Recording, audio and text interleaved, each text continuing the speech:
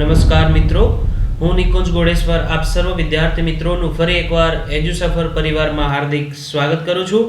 સૌપ્રથમ અહીં સબસ્ક્રાઇબ પર ક્લિક કરો, બાજુમાં આવતા બેલ જેવી નિશાની પર ક્લિક કરો. એજ્યુસફર ચેનલના તમામ વિડીયોના અપડેટ્સ આપના ફોનમાં મળતા રહેશે. ઘણા બધા મુદ્દાઓનો અભ્યાસ કર્યો.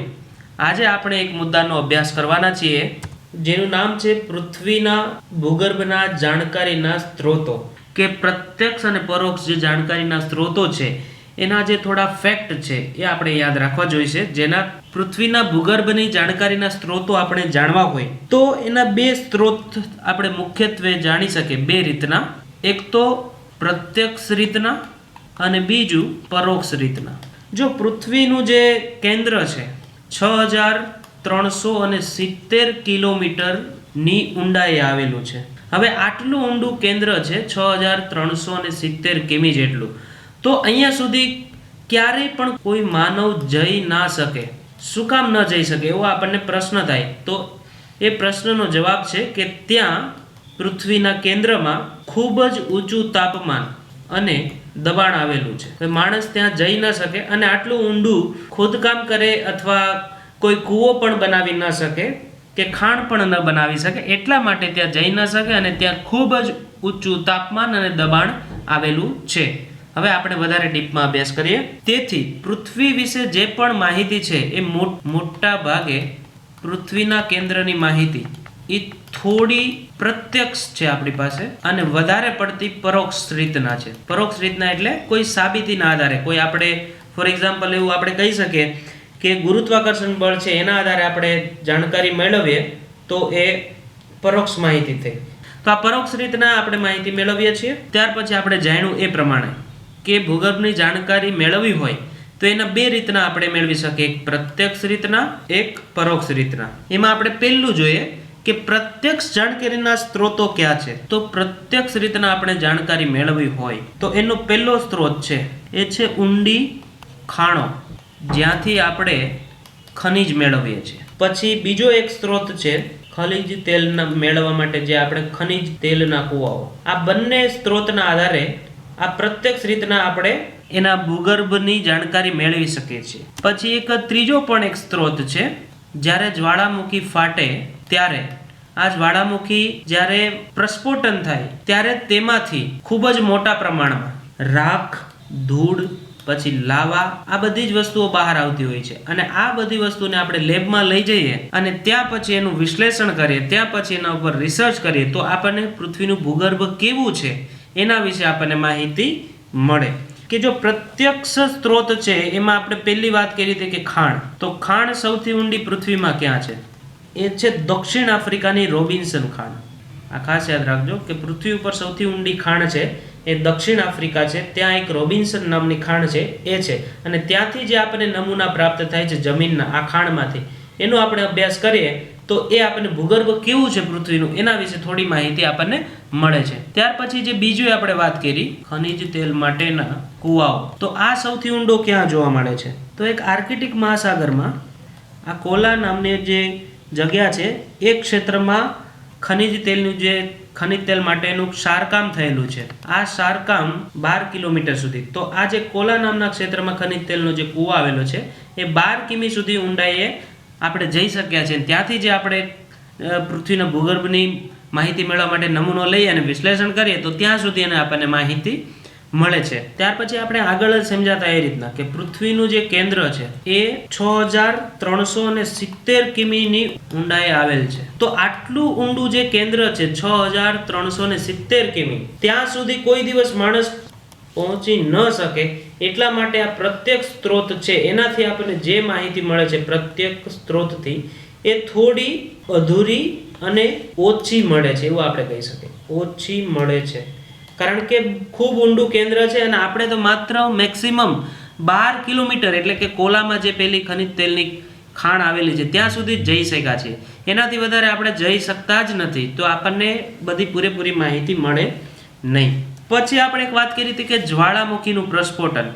તો આ જે જ્વાળામુખીનું પ્રસ્ફોટન થતું હોય છે ત્યારે એમાંથી જે લાવા બહાર આવે, આ લાવા આવે એને આપણે પ્રયોગશાળામાં લઈ જઈએ અને આ પ્રયોગશાળામાં એના ઉપર સંશોધન કરવામાં આવે કે આ કેટલી ઊંડાઈથી આવેલો છે, આ કેવા પ્રકારના એમાં ખડકો આવેલા છે, એમાં કઈ પ્રકારની માટી છે, એનું તાપમાન કેટલું છે, એ લાવા છે એ કેટલું ટેમ્પરેચર સુધી તપી ગયેલો છે, આ બધી જ એની ઉપર સંશોધનની પ્રક્રિયા થાય તો એના વિશેથી આપણને થોડુંક ભૂગર્ભની માહિતી મળે. આ થઈ ગયા આપણા પ્રત્યક્ષ જાણકારીના સ્ત્રોતો. હવે ત્યાર પછી જે આપણે જાણકારીના સ્ત્રોત છે એ પરોક્ષ જાણકારીના સ્ત્રોતો. તો પરોક્ષ એટલે જો ત્યાં માણસ જઈ શકતો નથી, ત્યાં પૃથ્વીના કેન્દ્રમાં માણસ જઈ શકતો નથી, પણ ત્યાંથી જે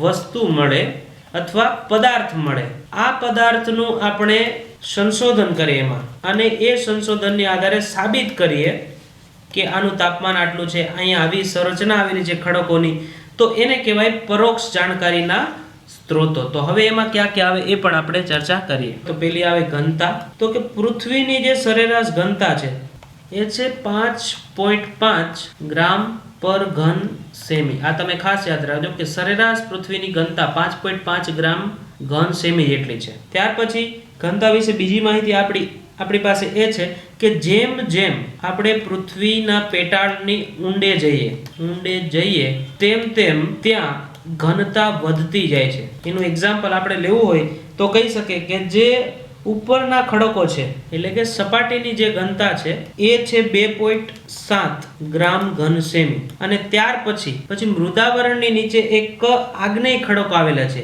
એમની જે ઘનતા છે મૃદાવરણની નીચેની ઘનતા એ છે 3.0 થી 3.5 ગ્રામ ઘન સેમી. તો જો અહીંયા 2.7 હતી, ત્યાર પછી આપણે ઊંડે સુધી ઉતર્યા, થોડા આગળ ગયા તો 3.0 થી 3.5 સેમી જેટલી ઘનતા થઈ, એટલે કે ઘનતામાં વધારો થાય છે.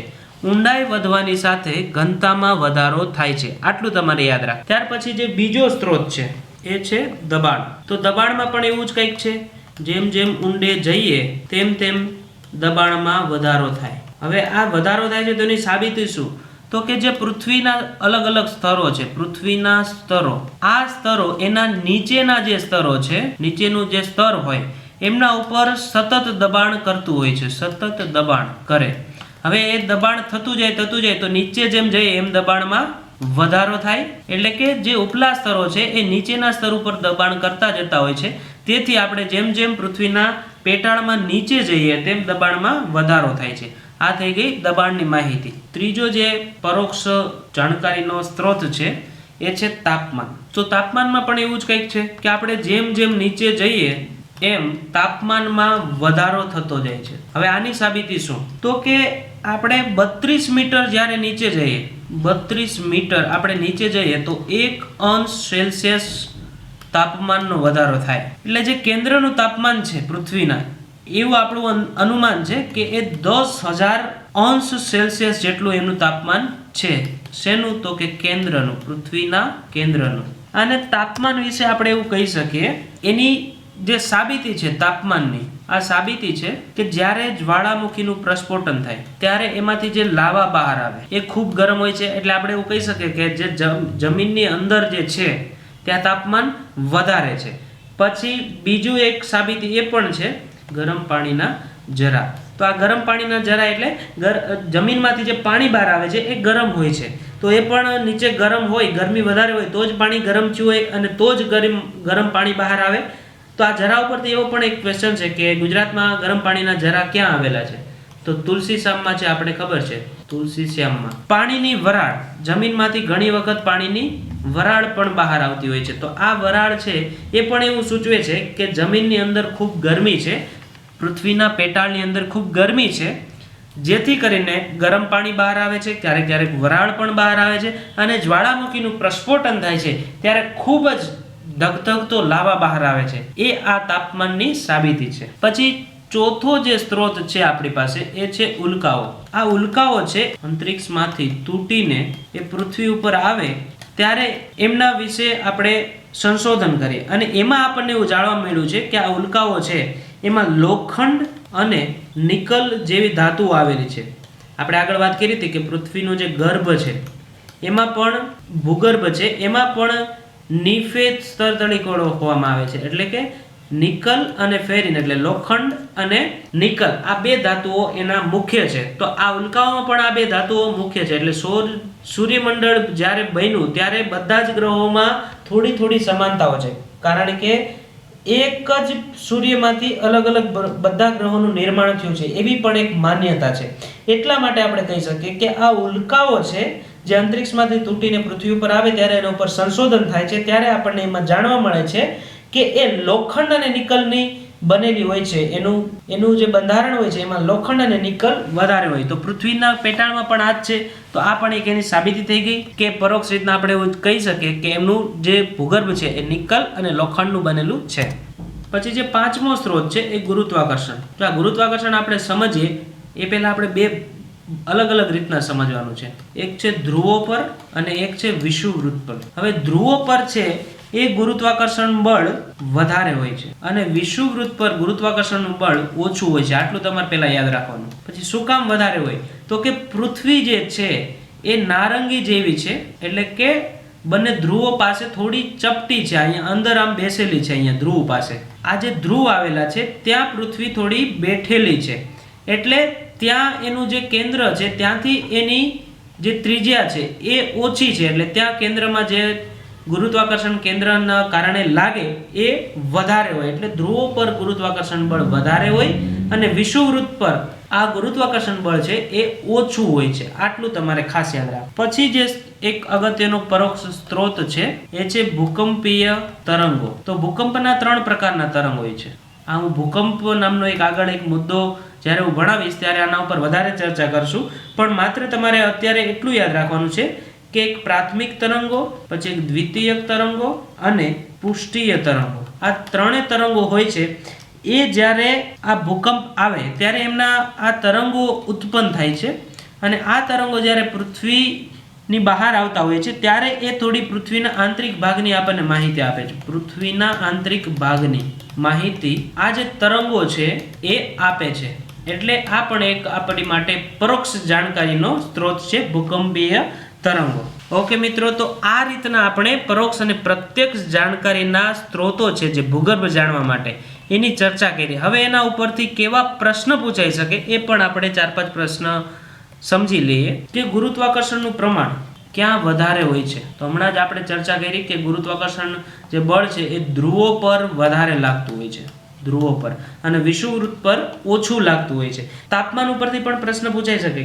32 મીટરની ઊંડાઈએ જતા તાપમાનમાં કેટલો વધારો થાય છે? તો એનો જવાબ છે 1 અંશ સેલ્સિયસ. અથવા એવું પણ પૂછાઈ શકે કે 1 અંશ સેલ્સિયસ તાપમાનનો વધારો કેટલા મીટરની ઊંડાઈએ જતા થાય છે? તો ત્યાં પણ ઓપ્શનમાં આપ્યા હોય 50 મીટર, 60 મીટર, 30 મીટર કે 32 મીટર. તો એનો જવાબ છે 32 મીટર. પૃથ્વીના પેટાળમાં જતા તાપમાનમાં પછી નીચે ઓપ્શન આપ્યા હોય વધારો થાય, ઘટાડો થાય, સરખું રહે કે કાંઈ ફેરફાર ન થાય, એવા ઓપ્શન આપ્યા હોય તો એમાં જે જવાબ છે એ તાપમાન હંમેશા ઊંડે જઈએ આપણે એમ વધારો થાય. પછી આ જ રીતના ઘનતા વિશે પણ પૂછી શકે કે ઘનતામાં શું ફેરફાર થાય? તો ઘનતા પણ આપણે જેમ જેમ ઊંડે જઈએ પૃથ્વીના પેટાળ તરફ એમ ઘનતા વધતી જાય છે. વિશ્વની સૌથી ઊંડી ખાણ કઈ છે?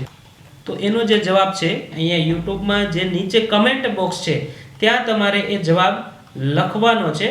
ત્યાર પછી જ આ લેક્ચરને જરૂરથી લાઈક કરજો. તમારી એક લાઈક અમારા માટે ખૂબ અગત્યની છે, કારણ કે તમે એક લાઈક અમને આપશો અને જેટલા વધારે લાઈક મળશે એટલો અમારો ઉત્સાહ વધશે અને અમે વધારે કોશિશ કરીશું કે વધારે મુદ્દાઓ ઉપર અમે લેક્ચર બનાવીએ અને વિદ્યાર્થીઓને ફાયદો કરાવીએ. મિત્રો, jobs, GK, current affair, education ન્યૂઝના તમામ અપડેટ મેળવવા માટે આપ પ્લે સ્ટોર ખોલો. પ્લે સ્ટોરમાં જઈ સર્ચ બોક્સમાં EDUSAFAR લખી સર્ચ કરો. પહેલી જ એપ્લિકેશન આવશે એને આપ ઇન્સ્ટોલ કરો. ઇન્સ્ટોલ કર્યા પછી ઓપન કરો અને એની અંદર તમામ jobs, GK, news, current affairs, video, technology, માધ્યમિક, પ્રાથમિકને લગતું મટીરિયલ આપ મેળવી શકો છો આપના મોબાઈલમાં.